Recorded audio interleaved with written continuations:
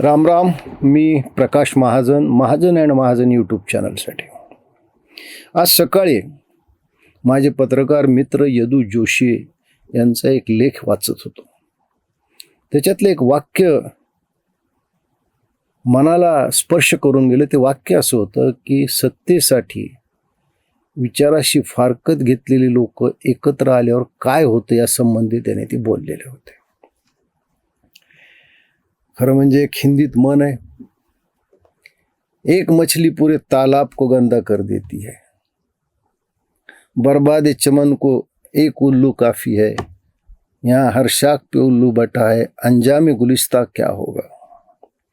मला वाटतं तशी काहीशी अवस्था सध्या महायुतीची झालेली आहे. महायुतीचे हे कडबोळं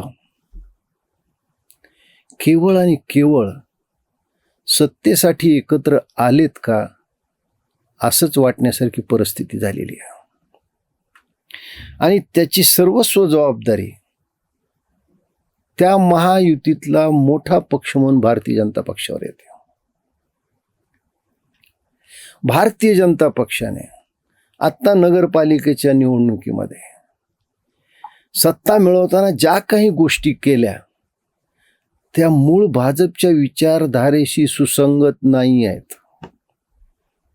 ज्या सोलापूर जिल्ह्यात कधी काळी हम्पी वकिलासारखे जनसंघापासून असलेले नेते, किशोर देशपांडे सारखा अजातशत्रू असलेला भाजपचा नेता, हे नेते यांचे विचारधारा याचे संस्कार सगळे लोप पावलेले आहेत.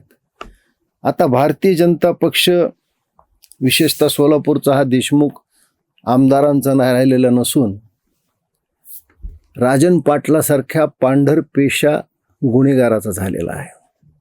अनगर नगरपालिका बिनविरोध काढताना राजन पाटलांनी जे काही कृत्य केले ते लोकशाहीची सर्व मूल्ये त्यांनी पायदळी तुडवली आहेत.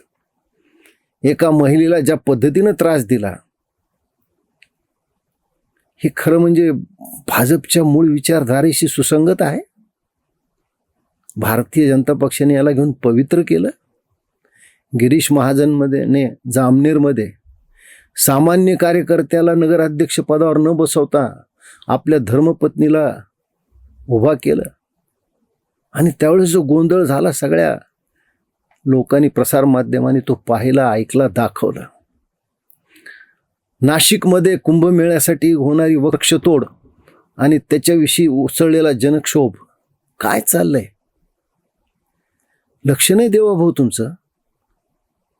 आज तुमच्या युतीतला एक महत्वाचा घटक पक्ष शिवसेना एकनाथ शिंदे गट यांचे एक आमदार, मालवणचे आमदार निलेश राणे चक्क भारतीय जनता पक्षाच्या कार्यकर्त्याच्या शयनकक्षात ते घरी नसताना घुसले. किती गंभीर गोष्ट आहे की एक आमदार आपल्याच मित्रपक्षाच्या कार्यकर्त्याच्या घरात नाही त्याच्या बेडरूम मध्ये जबरदस्तीनं घुसतो. अरे सामान्य कार्यकर्त्याच्या बेडरूम मध्ये काय अंथरुणात सुद्धा घुसतील, पांघरुणात सुद्धा घुसतील? ही दादागिरी एकनाथ शिंदेची. तुम्ही तो बाळासाहेबाचा विचार वारसा घेऊन निघाले होते. हे असे लोक तुमचे आमदार आहेत जे लोकांच्या बेडरूम मध्ये घुसतात आणि मित्रपक्षाच्याच तिथे ठेवलेले पैसे हे इलेक्शनला वाटण्यासाठी आणलेत. पोलिसांना काय बोलून आणतात, त्याचं शूटिंग काय करतात. अरे काय चाललंय? सामान्य माणूस कसा मालवणमध्ये जगत असेल? मालवणमध्ये उभाटा गट किंवा काँग्रेस किंवा राष्ट्रवादी शरद पवार गट हा तुमचा दुश्मन नाही. अरे तुम्ही आपसातच एकमेकाचे दुश्मन आहात. भाजपचा खरा दुश्मन एकनाथ शिंदे गटाचे आमदारच आहेत आणि सख्या भावाविरुद्ध, लहान भावाविरुद्ध. एकनाथजी शिंदे कुणाला घेतलं तुम्ही पक्षात? कशासाठी चाललंय? आणि भारतीय जनता पक्षाचा प्रदेशाध्यक्ष एवढा हातबल झालाय. त्यांनी सांगितलं की 2 तारखेपर्यंत मला युती टिकवायची म्हणून मी गप्प आहे. अरे काय आदर्श द्यायला तुम्ही? नितेश राणे हे मंत्री आहेत, त्यांना मंत्रिपदाच्या जबाबदारीची जाणीव आहे, त्यांच्या वर्तणुकीत खूप बदल झाला आहे. तसे नितेश राणे हिंदू युवकामध्ये खूप लोकप्रिय आहेत, पण ज्यावेळेस मी निलेश राणेविषयी बोलतो मला अशी मनात कुठंतरी भीती आहे की मोठे राणे साहेब मला पुन्हा एकदा उलट्या काढायला लावतात का काय. आणि मोठे राणे साहेब, त्या मालवणमध्ये तुम्ही खासदार, तुमचा मोठा मुलगा आमदार, तुमचा धाकटा मुलगा राज्यामध्ये कॅबिनेट दर्जाचा मंत्री, आणि तुम्ही असे लोकांच्या बेडरूममध्ये घुसता. राणेसाहेब, तुम्ही एवढे हातबल झाले? तुमचा धाक फक्त आमच्यासारख्या ब्राह्मणावर गरीबावरच आहे का? लावा ना निलेश राणेला उलट्या करायला, दुसऱ्याच्या बेडरूममध्ये का घुसला म्हणून. आणि देवा भाऊ, तुम्ही हे सगळं पाहताय काय? मला काही कळत नाही काय चाललंय महायुतीमध्ये. देवा भाऊ, तुमच्या समोर हे सगळं चाललेलं आहे, जबाबदार तुम्ही आहात. एकनाथजी शिंदे जबाबदार तुम्ही आहात. लोकांनी तुमच्याकडे पाहून या लोकांना निवडून दिलेलं आहे. नसता लोकांनी यांना निवडून दिलं नसतं.